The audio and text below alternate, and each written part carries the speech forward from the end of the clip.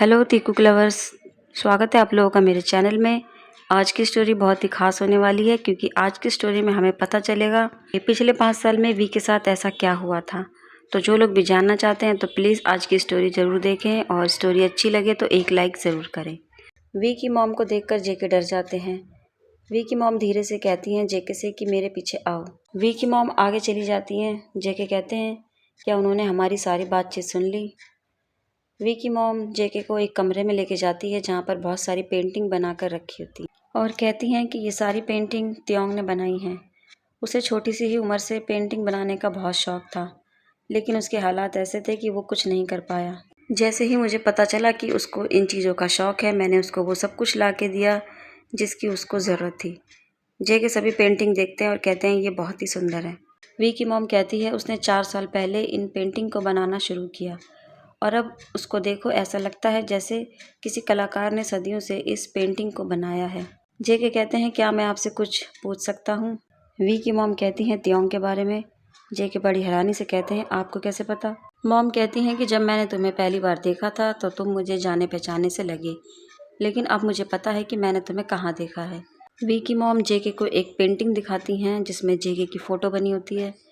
जेके देख कर बड़े हैरान होते हैं और कहते हैं ये तो मैं हूँ 5 साल पहले का। क्या इसे त्योंग ने बनाया है। वी की मॉम कहती हैं उसके पास कोई नहीं था जब वो मुझे मिला। उसने मुझे बताया कि वो किसी ऐसे इंसान से प्यार करता था जिसने उसे बहुत दुख पहुंचाया था। वो हर रात अकेले में रोता रहता था। मुझे उसकी बहुत ही चिंता होती थी। जे के मन में कहते हैं क्या उसने मिसिस किम को सब कुछ बता दिया। क्या अब वो भी मुझसे नफरत करती हैं।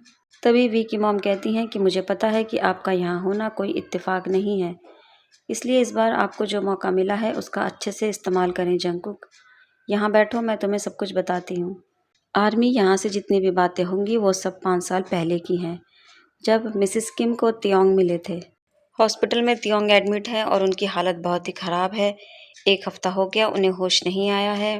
वो मिसिस किम ही थी जिन्हें पुल के नीचे से त्योंग मिले थे। मिस्टर किम कहते हैं चिंता मत करो, डॉक्टर ने कहा है कि वो ठीक हो जाएगा और जल्द ही उसको होश आ जाएगा। वी की मॉम कहती है मुझे नहीं पता था, जब मैंने उसे पुल के नीचे खून बहते हुए देखा तो मुझे उससे लगाव हो गया। उसकी आंखों ने मेरा दिल तोड़ दिया। जब मैंने उससे पूछा कि वो यहाँ से क्यों गिरा तो उसकी मौत हो गई और मैंने जल्दी से एम्बुलेंस को फ़ोन किया। वी को इस तरीके से देखकर सबसे ज़्यादा दुख जिसको हुआ वो मिसेस किम ही है। आखिरकार माँ का दिल जो है उनके पास। मिस्टर किम कहते हैं वो होश में ज़रूर आएगा, तुम चिंता मत करो। तभी वी को होश आता है। वी की आंखें खुलते ही वी कहते हैं मैं इस छत को अच्छी तरीके से जानता हूँ। मैं यहाँ दोबारा क्यों हूँ, मैं मर क्यों नहीं गया। वी की मॉम कहती हैं देखो वो जाग गया। मिस्टर किम कहते हैं क्या तुम ठीक हो बेटा, क्या तुम मेरी बात सुन रहे हो। तभी वी उठ के बैठ जाते हैं। तो वी की मॉम कहती हैं आराम से उठो, 5 दिन पहले ही तुम्हारे कंधे का ऑपरेशन हुआ है। वी कहते हैं मुझे इससे कोई फ़र्क नहीं पड़ता। तुमने मुझे मरने के लिए क्यों नहीं छोड़ दिया। मैंने तुमसे कहा था मुझे वहीं छोड़ दो मरने के लिए। वी की मॉम कहती है मैं तुम्हें बारिश में वहाँ नहीं छोड़ सकती थी।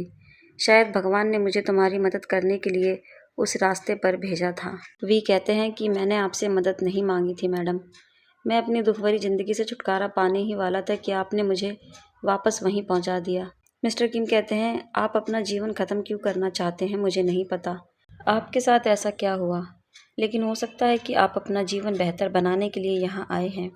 मेरी पत्नी इस पूरे हफ्ते आपके साथ ही रही और आप इस तरीके से उससे बात कर रहे हैं। वी कहते हैं माफ़ करना मुझे मैडम, लेकिन मैं आपकी मदद के लायक नहीं हूँ। मॉम कहती हैं ठीक है बेटा, मुझे तो इस बात का दुख होता है कि तुम इतनी छोटी सी उम्र में ऐसा सोचते हो। तुम्हारा परिवार कहाँ है। वी कहते हैं मेरे पास कोई नहीं है, मैं अनाथ हूँ। मॉम कहती है क्या सुना आपने मिस्टर किम। मिस्टर किम कहते हैं हाँ, हम इस बारे में बाद में बात करेंगे जब तक कि वो ठीक ना हो जाए। मिस्टर किम कहते हैं डॉक्टर ने कहा है तुम्हें होश आते ही तुम्हें छुट्टी मिल जाएगी। फिर मॉम कहती हैं तुम हमारे घर आओगे, बेशक मैं तुम्हारा बहुत ख्याल रखूँगी। वी कहते हैं ठीक है। कुछ ही दिनों बाद वी को छुट्टी मिल जाती है और वो लोग उन्हें अपने घर ले जाते हैं। 1 हफ्ता हो गया लेकिन वी की तबीयत लगातार और बिगड़ती जा रही है। उन्होंने बहुत कोशिश की कि उसको इन चीज़ों से बाहर निकालें, लेकिन इसका कोई फ़ायदा नहीं हुआ। वी अपने अतीत से उबर ही नहीं पाए हैं और अभी तक वहीं अटके हैं। मिस्टर किम डॉक्टर से कहते हैं कि वो लंबे समय तक रात को रोता रहता है, खुद को कमरे में बंद कर लेता है, खाना भी नहीं खाता। डॉक्टर कहते हैं मुझे लगता है कि इस लड़के को बहुत ही गहरा सदमा लगा है और वो उसको बर्दाश्त नहीं कर पा रहा। वहीं पास में वी की मॉम खड़ी होती हैं और कहती हैं उसके साथ ऐसा क्या हुआ है, भगवान उसकी मदद करो, वो अभी बहुत छोटा है। मिस्टर किम डॉक्टर से कहते हैं कि उसके हालात बिगड़ते ही जा रहे हैं। डॉक्टर कहते हैं मुझे लगता है कि वो मानसिक रूप से और गंभीर सदमे से पीड़ित है। एक पेशेवर डॉक्टर ही उसका अच्छे से इलाज कर सकता है। इससे पहले कि उसकी तबीयत और ख़राब हो जाए, आप उसे ले जाएं। वी की तबीयत को देखते हुए वो लोग उसको बुसान ले जाते हैं, जहां पर वी का बहुत अच्छे से इलाज करवाते हैं एक बड़े डॉक्टर से। बुसान में मिस्टर किम का बिजनेस और उनका घर सब कुछ है। वी का इलाज होते हुए अब 1 महीना हो चुका है और वी की तबीयत अब पहले से बहुत बेहतर है। वी की मॉम वी को हॉस्पिटल ले जाती हैं चेकअप के लिए। उसके बाद वेटिंग रूम में वेट करती हैं। फिर थोड़ी देर बाद वहाँ वी आते हैं। वी को देखकर मॉम पूछती हैं, ओ बेबी तुम कैसे हो, तुम कैसा महसूस कर रहे हो, क्या तुम ठीक हो? तियोंग मानसिक रूप से इतने थक गए थे कि उन्होंने हाल ही में बातचीत करनी बंद कर दी थी। वो ऐसे थे जैसे कि बिना आत्मा के शरीर। तभी वी एकदम से कहते हैं कि मैं अच्छा हूँ। वी की मॉम एकदम हैरान हो जाती हैं और कहती हैं तुम बोले, और फिर रोने लगती हैं और कहती हैं भगवान आपको धन्यवाद। मैंने कितने महीनों से आपकी आवाज़ नहीं सुनी थी मेरे बच्चे, मुझे बहुत चिंता हो रही थी। मुझे लगा कि आपको कोई बीमारी है। वे अपनी बीमारी और अपने अतीत में इस तरह खो गए थे कि उन्होंने कभी ध्यान नहीं दिया मिसेस किम उनका कितना ध्यान रखती हैं और उनकी हमेशा देखभाल करती हैं। वे मन में सोचते हैं कि मैं अपने आसपास के लोगों को हमेशा चोट क्यों पहुंचाता हूं। वे कहते हैं कि माफ़ करना मुझे, लेकिन प्लीज़ आप रोइए मत। मॉम कहती है चिंता मत करो बेटा, ऐसा इसलिए है क्योंकि मुझे खुशी है कि तुम ठीक हो गए मेरे बच्चे, चलो घर चलते हैं। वी की मॉम फिर वी को गले लगाकर कहती हैं कि मुझे तुम पर गर्व है बेबी, तुम आने वाले समय में और बेहतर हो जाओगे। कुछ महीनों बाद भी तियोंग आज भी वैसे ही हैं। वो थक चुके हैं अपने आप से और अपने जीवन से। उनको कुछ भी महसूस नहीं होता। उन्हें ऐसा लगता है कि इस जीवन में उनका कोई मतलब नहीं है। अगर उन्हें परिवार का शोक मनाने का डर नहीं होता तो वो दोबारा से ऐसी ही कोशिश करते। वी अपने कमरे में अकेले बैठे कुछ सोच रहे हैं। तभी वहाँ पर मिस्टर और मिसेस किम आते हैं। मिस्टर किम कहते हैं तियोंग क्या आप ज़मीन की ओर देखना बंद करेंगे और हमारी बात सुनो।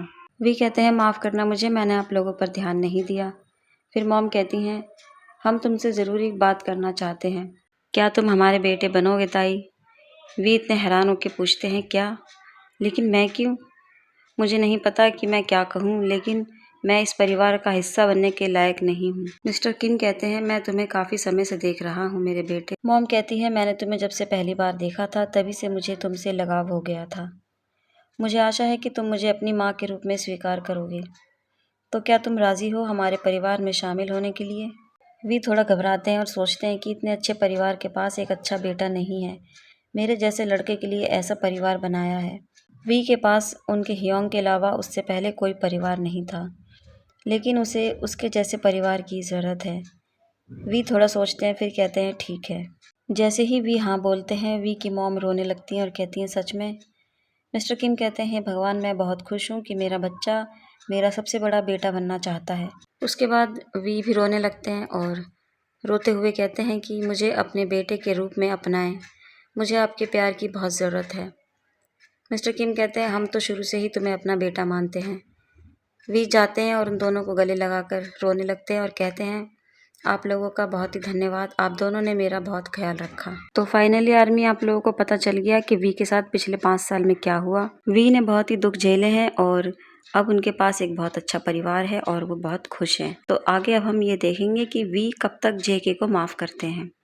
तो प्लीज़ आर्मी स्टोरी अगर अच्छी लगे तो एक लाइक ज़रूर करें और मिलते हैं अगले एपिसोड में।